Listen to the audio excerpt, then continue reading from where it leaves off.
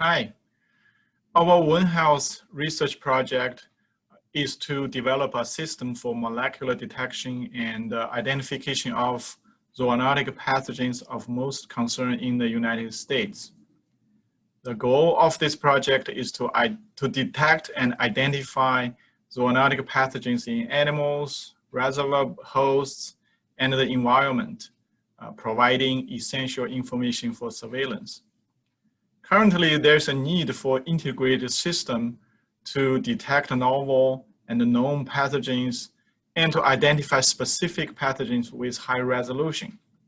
And this is necessary for long-term epidemiological studies and the surveillance of zoonotic pathogens. So for us, this project, we are collecting biological samples, including blood, tissue, mucosal secretion, fecal samples from domestic animals and wildlife. And we have three objectives. The objective one is to establish a resource tracking and sharing of those samples.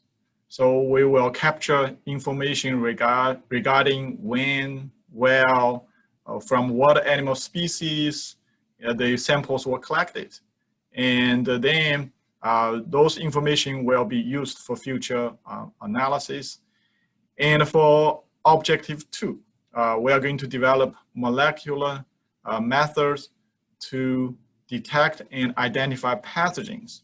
And we are going to take two approaches. One is the metagenome sequencing to identify known and novel pathogens. And in the meantime, we will do targeted sequencing to detect specific pathogens with higher resolution. So we can differentiate different strains within a species. And together, the information can provide us essential data for temporal and spatial analysis to reveal source of infections and transmission patterns of different pathogens. The objective three is to isolate pathogens and establish reference repositories.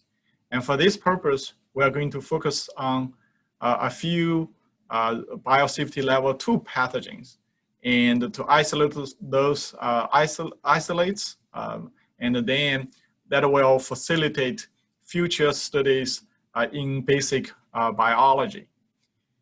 And now we are focusing the pathogens in the list of the U.S. One Health Zoonotic Disease Prioritization Report.